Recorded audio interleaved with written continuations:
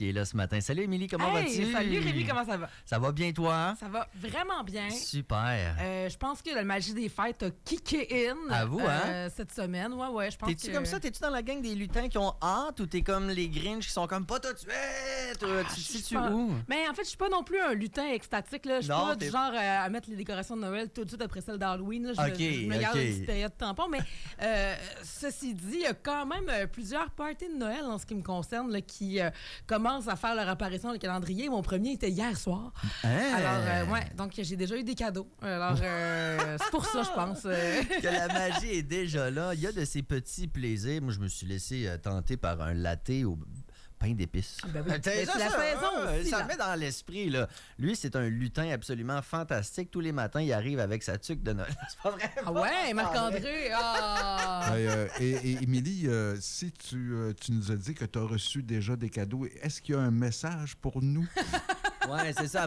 Pour la prochaine chronique, on va en avoir un. Je lance le message. On a compris ça. Même aux auditeurs, là, si vous voulez m'envoyer des petits quelque chose, des petites pensées comme ça. Mais le plus beau cadeau qu'on peut avoir, je dirais, ces temps-ci, c'est une belle programmation culturelle. Oui, tellement. Dans la ville de Québec. Beaucoup d'événements, mais il y a de la musique également. Ouais. Un peu de rattrapage que j'avais envie de faire avec vous autres ce matin. Donc, des nouveautés musicales issues de la ville de Québec. On a une belle scène super flamboyante et ça dans plusieurs domaines. Et là, on s'en va plus dans la pop dans mes propositions. Donc, la première, c'est une artiste qui s'appelle Cassandre Picard, mais vous pouvez l'appeler Ultraviolette. C'est une artiste qui fait dans la pop, mais avec des arrangements très 90-2000. Si vous aimez le Céline Dion un petit peu kitsch des années 90, si vous aimez le côté très, très pop avec une production très intense, vous allez l'aimer. Elle a une incroyable voix, Cassandre Picard, et elle propose un style de pop que peu de gens font à Québec. Elle a lancé un nouvel extrait qui s'appelle Encre multicolore il y a quelques jours. On peut aller écouter un petit bout de ce que ça donne. Aujourd'hui, tout de moi vous est révélé. Mes joies, mes blessures, en musique, mes brûlures. J'ai crié, je chante seulement pour me délivrer. Mes soucis s'envolent, chagrin réduit en paroles.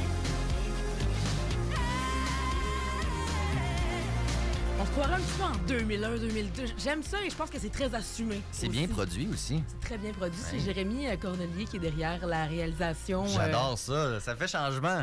Oui, c'est comme pas nouveau. C'est comme tu dis, c'est un peu rétro / mais quand on entend du rétro ou des inspirations, c'est pas nécessairement cette époque-là. T'sais. Donc, c'est ça qui est un peu rafraîchissant dans le fond. C'est un là. très beau clin d'œil, en tout cas. Et ça vous donne un aperçu de l'univers musical d'Ultraviolette. Je vous dirais qu'il passe souvent sous le radar parce que, bon, elle est indépendante, autoproduit, auto-toute. Mais ça vaut la peine, si vous avez aimé l'extrait, d'aller creuser un petit peu. Rapidement, je ne vous passerai pas d'extrait, mais je vous parle de Paul, P-O-L, qui a lancé un nouveau vidéoclip pour la chanson Le Dernier Homme. Paul avait lancé un EP qui s'appelle Le Cabinet de Curiosité. C'est un gars qui fait beaucoup de musique à Québec, que vous connaissez peut-être sans le savoir. Il s'appelle Raphaël La Liberté de Gagner. C'est lui qui joue la guitare et autres multi-instruments, notamment avec Ariane Roy. Il a joué avec Hubert Lenoir, il a joué avec les Lunatiques, plein de groupes de Québec, là, vraiment, là, qui peuvent compter sur ses talents de multi-instrumentiste. Puis il a lancé un projet solo un peu plus tôt cette année.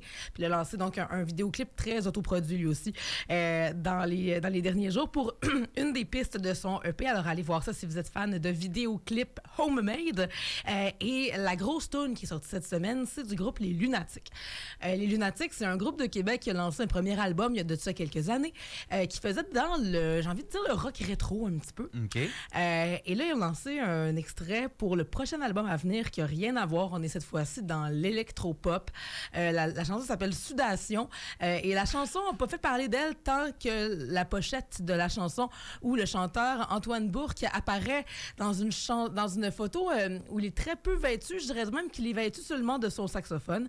Vous irez voir. Donc, Les Lunatiques, c'est de toute beauté. On va aller écouter un extrait, de la chanson Sudation.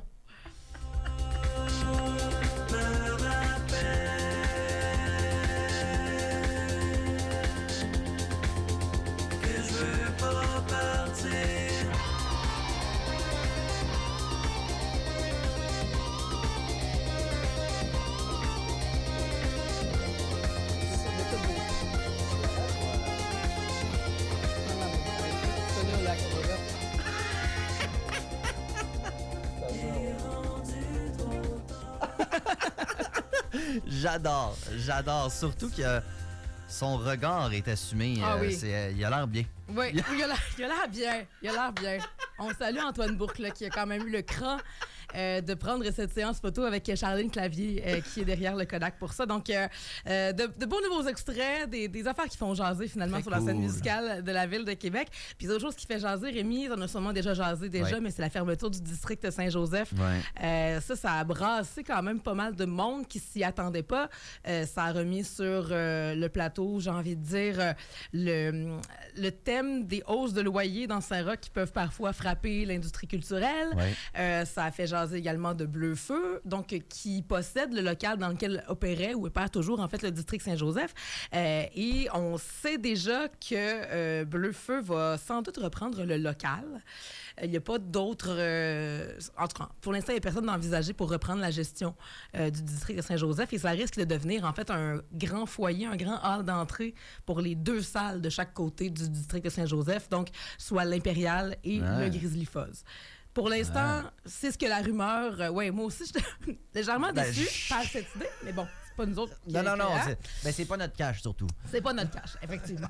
Mais oui, effectivement, et ça a beaucoup ébranlé les gens. Il y a notamment Cogité, Emmanuel Cormier-Côte-Noire, qui a animé très longtemps les Jam Nights, les mardis soirs, qui a fait une petite vidéo où il était très émotif d'apprendre ça. Plein de musiciens également qui ont joué là au fil des années. Toi, ça représente quoi pour toi, le district? Le district Saint-Joseph, moi, je suis allée souvent durant des événements comme Rideau, comme le Fuck-Off, voir des vitrines, voir des... Puis donc, j'ai découvert une tonne d'artistes dans ce lieu-là. Moi, je pense que c'est un lieu qui était vraiment chouette pour les spectacles, mais qui a été peu exploité, je pense pas assez peut-être exploité de ce côté-là et qui a pris des allures de club aussi par moment. Donc peut-être un lieu qui se cherchait un petit peu identitairement, puis où on pourrait dire aussi d'un autre angle qui était très polyvalent.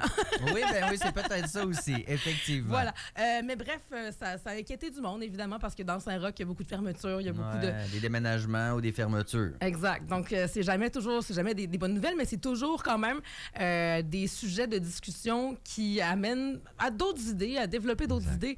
Et dans le milieu culturel, à Saint-Roch, c'est important d'en avoir et de continuer de faire en sorte que le centre-ville soit florissant culturellement. D'ailleurs, parlant de floraison culturelle, qui a dit que la saison des festivals, c'était l'été? Nenny. Oui, absolument. Ce n'est pas l'été, la saison des festivals, c'est l'hiver. Je pense que oui. À Québec, on en a de toutes les sortes. Et il y a toujours un festival intéressant à chaque semaine. Et là, de ce temps-ci, c'est donc les festivals de la saison hivernale qui vont lancer leur programmation. Donc, on a eu plusieurs bonnes nouvelles, en fait. Notamment, on commence avec le festival du Jamais lu. C'est un festival qui porte très bien son nom. C'est un festival de théâtre où on va lire des morceaux de création théâtrale en création, donc qui n'ont jamais été lus. Parfois des pièces qui ne sont pas terminées, parfois des petits bouts. D'ailleurs, il y a 2 soirées d'accélérateur de particules. Ça, c'est la soirée d'accélérateur de particules. C'est justement ça. On sait plusieurs bouts de spectacles qui sont en construction, collés ensemble, qui vont être mis à l'épreuve du public. Et ça, c'est des soirées qui sont toujours très populaires. Les gens aiment ça, aller voir ce qui se trame dans la tête des gens et donner du feedback aussi aux auteurs et aux autrices. C'est pas plus imprévisible et spontané et nouveau et jamais vu que ça. Là. C'est unique, là, ce que tu vis là. Et souvent, il y a des petites traces de mise en scène, mais pas tant que ça. C'est vraiment une lecture au lutrin. Puis parfois, on voit des petits décors, des petits accessoires, des éléments de costume, juste pour faire comprendre aux gens l'essentiel. Il y aura donc 2 soirées d'accélérateur de particules, comme ça, donc vraiment une espèce de speed dating avec le théâtre en création. Il y aura également 3 lectures intégrales, dont une jeunesse qui se passera à la caserne jeune public. Alors, ça, c'est du 10 au 13 décembre et la majorité des activités se déroulent à la Charpente des Fauves. Alors, on est dans Saint-Roch, effectivement, aussi. Côté hiver, Noël, yes, Kaléidoscope, c'est du 27 au 31 décembre. Qu'est-ce que c'est? Ça se passe, en fait, en plein cœur du marché de Noël allemand, qui s'installe d'ailleurs ces jours-ci au Vieux-Québec. Et Kaléidoscope, en fait, c'est le Pantoum, ici, en Basse-Ville, qui est mandaté pour pondre une programmation à l'intérieur d'une petite cabane. Si vous êtes déjà allé au marché de Noël allemand, vous le savez, c'est des petites cabanes en bois, puis il y en a une qui est une scène, finalement. Alors, on regarde de l'extérieur un groupe qui joue dans une petite boîte en bois à travers une fenêtre. Pas si petite que ça, là, c'est pas non plus des animaux en cage, là. Mais donc, la programmation de Kaléidoscope a été lancée cette semaine. Alors, on a déjà hâte d'aller faire des emplettes dans le Vieux-Québec et d'aller découvrir cette tonne d'artistes-là. Mais la petite cabane, il y a une vitre pour le band, etc. Puis elle est chauffée. Aller chauffer, oui, c'est ça. C'est comme les tournées de porte du festif de Baie-Saint-Paul. Pendant la pandémie, là, ils ont fait un cabanon avec une porte vitrée, puis ils faisaient jammer du monde. Puis, fait que ça me fait penser un petit peu à ça. Puis je pense qu'il y a autre chose. Là. C'est-tu là qu'il y a du graphe aussi? Je veux pas mélanger parce qu'on a reçu quand même différents invités. Là. Mais en fait, si vous êtes allé à Noël dans le parc à Montréal, c'est également ce genre de formule-là. Okay. Donc, ça nous permet de tenir des concerts extérieurs, même l'hiver, dans une autre formule où les musiciens sont bien, mais le public se les gèle. Alors, c'est vraiment... c'est une formule, mais c'est gratuit. Hein, donc, il y avait vraiment... c'est super intéressant à aller voir. Alors, Mon Doux Seigneur, So Called, les deux luxe, et Tireux de Roche. C'est vraiment une mixité musicale absolument absolue. Il y aura également le FOCA. Ça a été annoncé également. La programmation sera du 13 au 21 février. C'est des vitrines. J'en parlais tout à l'heure des vitrines. C'est des courts spectacles de 20 minutes. Ça aussi, c'est du speed dating musical. Et le mois multi dont j'arbore les trucs chaque semaine qui se déroulera du 27 janvier au 1er mars. Il y a eu un premier dévoilement d'un premier spectacle qui a été fait, spectacle mythique, Jimmy Créature de rêve avec Marie Brassard. Et finalement, nouveau festival de mise en scène qui a été annoncé, ça se déroulera du 14 au 18 janvier, ça s'appelle l'Intensif, c'est une initiative de la compagnie Nous sommes ici et d'Alexandre Fecteau, dans l'esprit du kino de Oser, du jamais lu. On va proposer aux gens de avoir 10 jours là, ou quelque chose comme ça pour aller faire une mise en scène de manière spontanée. Oui, c'est tellement trippant ça comme concept. On aime beaucoup ça. Alors bravo à toutes ces belles initiatives. Ça va meubler les semaines et les mois à venir à Québec. Et pour la fin de semaine, je vous suggère d'aller voir Calamine à la Source de la Martinière, donc en mode rap, keb, féminin. Très forte. On l'aime beaucoup, Calamine. Elle est incroyable. Sérieux? Et à la Source de la Martinière, ça va pogner, c'est ça. Pour les gens qui ont plus l'âme romantique, eh bien, il y a Juliane et Lila en première partie au Grizzly Fuzz également en fin de semaine. Juliane, c'est le frère de du frère à Hubert, exactement. Okay, donc, qui joue au Grizzly Fuzz également en fin de semaine. Il y a 2 shows de danse, un au Musée national des beaux-arts de Québec qui s'appelle Danser Nikki. Il y aura également Côté danse qui présente Burn Baby Burn dimanche soir au Grand Théâtre de Québec. Donc, beaucoup de choses à faire encore une fois ce week-end. Sortez de chez vous, je vous en supplie. Émilie Rioux, c'est toujours un grand plaisir de pouvoir te jaser. Merci de prendre le temps et de nous donner toutes ces bonnes idées-là. Mais Émilie, tu as oublié de parler de mon concert. Je joue jeudi prochain au Fou Bar. Ah ben là, ça, il faut en parler. Mais j'ai comme la sensation que tu auras l'opportunité d'en reparler. Oui, ça se pourrait. Au micro d'ici jeudi prochain. Ouais, mais si toi t'en parles, mais ça a beaucoup plus de pouvoir. Oui, je comprends. Mais allez voir le spectacle de Marc-André au Fou Bar jeudi prochain. Exactement. Voilà, ça va être plein. Avec Claire Vézina. Voilà, il n'y a plus de billets. Bonne fin de semaine, Émilie. Merci. 8h46 maintenant sur les ondes de CKIA 88.3, la radio urbaine de Québec. Merci beaucoup.